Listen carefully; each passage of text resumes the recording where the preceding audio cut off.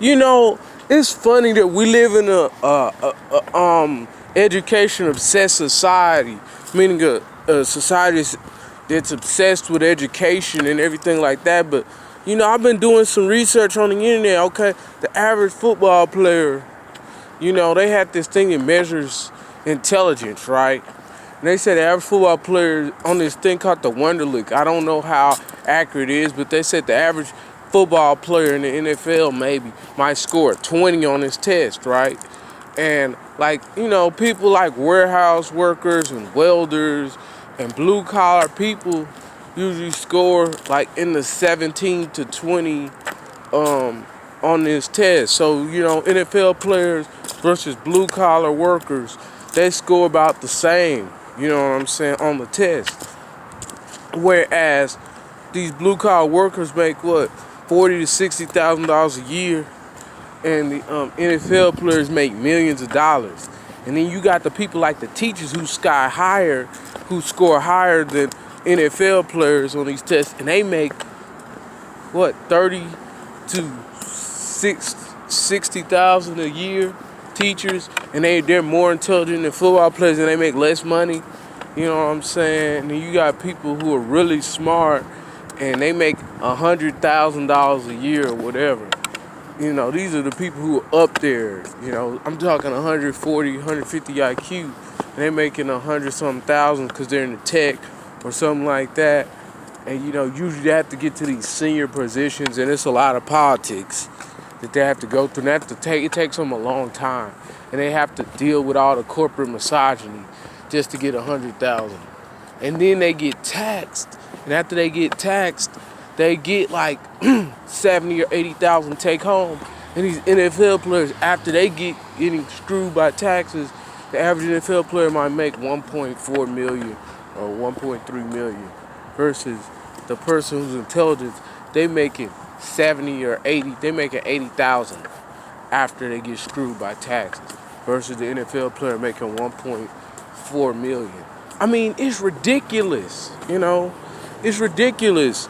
And that's why I say, and these guys who make 100,000 a year in the IT fields and stuff, like those dudes usually end up being simps. You know what I'm saying? Like you got dudes who aren't simps, but what are they gonna do with their money? They're gonna spend it on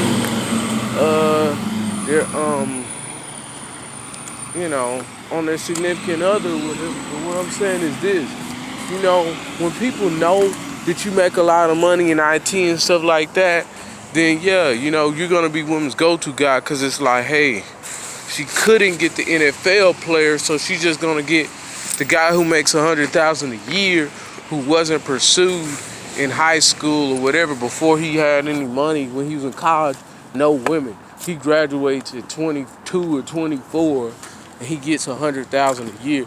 That's when the women come.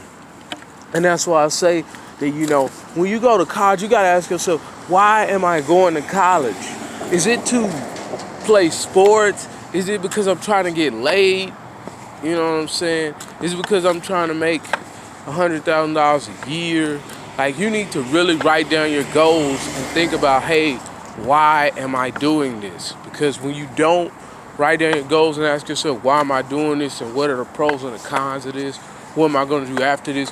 When you don't do all that introspective thinking, you're going to be fucked. And it's like, what makes me mad is because people act like, and I was in this philosophy class, and they act like, as a millennial, like we have to go to a class for everything in order for us to know anything.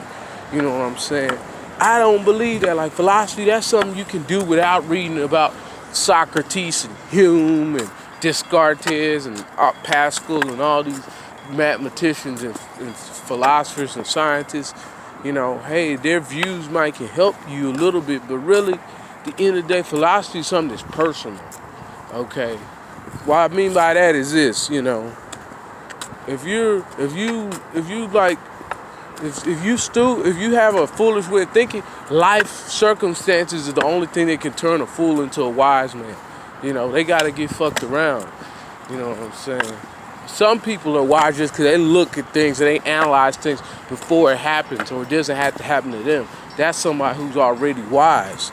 But yeah, I think that you know, you don't need to go to college for everything. It's only a few things you need to go to college for. Like if you trying to be in computer science, you trying to be a scientist, a nurse, or something like that, is making a lot of money, then yeah, you need to go to college for that. But if you trying to be something like, you know, a teacher, you have to go to school for that too, but it's like, that's not even worth it. It doesn't pay enough. You know what I'm saying? The return on investments isn't really that high.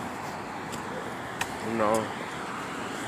So I think that in our society, they require people to go to college for theater. Like really, that's something that you gotta have a passion for. It don't matter how many classes I take in theater. If I don't have a passion for that shit, it won't really help me out. Same thing with film and art, you know. Some people don't care about art. They just take it because, hey, I had to get a degree in something and I don't know shit. I'm an ass student, so I had to, you know, do something. You know, that's why people, you gotta ask yourself, what do I want to do with this?